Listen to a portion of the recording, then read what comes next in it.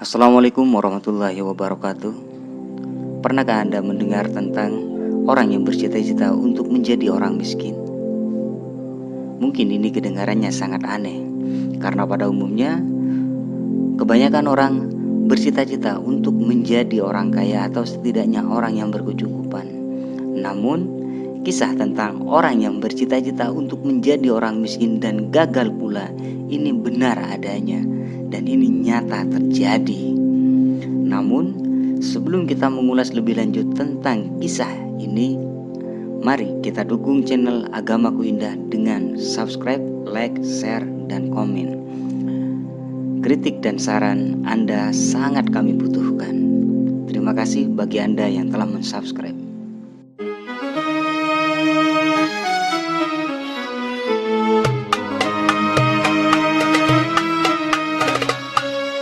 Berikut merupakan kisah tentang salah seorang sahabat bernama Abdurrahman bin Auf, salah satu sahabat yang keberadaannya terkenal sebagai orang yang sangat kaya dan dermawan. Bahkan dikisahkan bahwasanya Abdurrahman bin Auf ini pernah menyumbangkan hartanya yaitu sebesar 200 ukiah emas atau setara dengan 6,5 kilo emas untuk kebutuhan logistik selama masa perang Tabuk. Kisah tentang Abdurrahman bin Auf yang ingin menjadi orang miskin bermula ketika pada suatu hari ketika para sahabat sedang berkumpul, di mana pada saat itu Abdurrahman bin Auf juga turut berkumpul untuk mendengarkan Rasulullah SAW yang sedang bersabda. Pada saat itu Rasulullah SAW bersabda, orang yang kaya akan lebih lama menjalani perhitungan amal dibandingkan orang yang miskin. Dan saya sungguh bersama orang-orang yang fakir dan miskin. Usai mendengarkan Rasulullah SAW bersabda, Umar bin Auf lantas ia berkata di dalam hatinya, saya tidak mau berlama-lama saat di yaumul hisab karena kekayaan yang saya miliki. Kemudian ia pun lantas berdoa kepada Allah, ya Allah, jadikanlah hambamu ini orang yang miskin agar kelak dapat selalu bersama Rasulullah SAW. Tentu berdoa semacam ini saja mungkin tidak semua orang berani melakukannya. Namun hal itu sungguh dilakukan oleh Abdurrahman bin Auf karena beliau memang bersungguh-sungguh ingin menjadi orang miskin. Tidak hanya sekedar dalam ucapan, namun beliau juga dalam bentuk tindakan. Hingga pada suatu ketika sesudah perang Tabuk, tumbuhan kurma yang siap panen yang pada saat itu ditinggalkan oleh para sahabat untuk melakukan perang, kemudian kurma-kurma tersebut menjadi busuk dan harganya menjadi anjlok. Kabar tersebut menyebar hampir ke seantero kota Madinah dan sampai ke telinga Abdurrahman bin Auf. Mendengar berita tersebut, Abdurrahman bin Auf pun merasa sangat girang.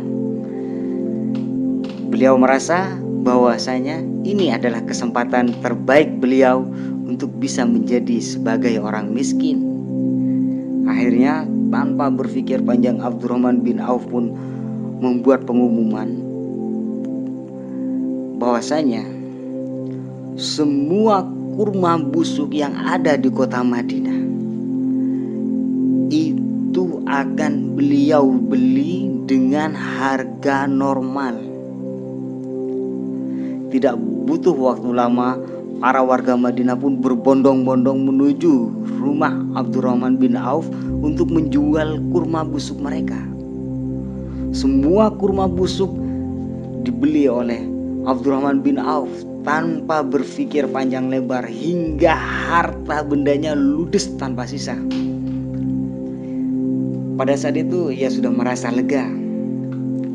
Ia sudah menjadi orang miskin. Ia sudah tidak memiliki harta benda, hanya tumpukan kurma busuk yang ia miliki. Ia pun berpikir, alhamdulillah, doaku dikabulkan oleh Allah. Para sahabat tentu juga sangat bersyukur karena kekhawatiran mereka tentang kurma busuk yang mereka miliki sudah hilang kurma-kurma yang mereka anggap tidak akan laku ternyata laku keras karena diborong oleh Abdurrahman bin Auf.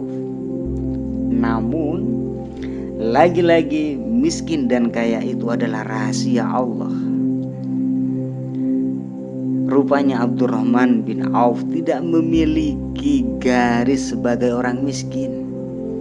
Ia hanya miskin dalam sehari. Sehari kemudian datanglah utusan dari negeri Yaman ke kota Madinah. Mereka menyampaikan tentang terjangkitnya sebuah wabah penyakit di kota Yaman. Menurut dokter, wabah aneh tersebut akan cepat sembuh jika diobati dengan buah kurma busuk. Utusan dari Yaman itu pun kemudian menyebarkan pengumuman di mana ia mengatakan bahwasanya ia akan membeli semua kurma busuk yang ada di kota Madinah dengan harga 10 kali lipat. Dengan harga 10 kali lipat buah kurma di pasaran. Mendengarkan pengumuman tersebut dan edaran yang dilakukan oleh utusan dari Yaman itu, kemudian para penduduk Madinah mendatangi mereka dan mengatakan bahwasanya jika mereka membutuhkan kurma busuk maka datanglah ke rumah Abdurrahman bin Auf, karena semua kurma-kurma busuk di kota Madinah sudah diborong oleh Abdurrahman bin Auf. Maka datanglah para utusan dari Yaman tersebut ke rumah Abdurrahman bin Auf. Mereka membeli semua kurma busuk itu dengan harga 10 kali lipat. Kali ini kekayaan Abdurrahman bin Auf semakin melimpah dari yang sebelumnya. Namun lagi-lagi hal itu membuat beliau menjadi nelangsa. Kenapa? Karena kekayaan yang diberikan oleh Allah itu juga rahmat, tentu tidak bisa dibuang dengan percuma. Itu juga menjadi tanggung jawab beliau. Ketika beliau akan wafat, beliau menangis. Beliau menangis sejadi-jadinya. Kemudian beliau mengatakan, sesungguhnya lebih baik dariku meninggal di masa Rasulullah SAW dan tidak memiliki apapun, bahkan kain kafan sekalipun. Beliau mengatakan pada sahabat-sahabat yang ada di sekitarnya, jika beliau akan lebih senang seandainya harta benda yang dimilikinya menjadi ludes dan beliau miskin kemudian wafat bersama Rasulullah SAW.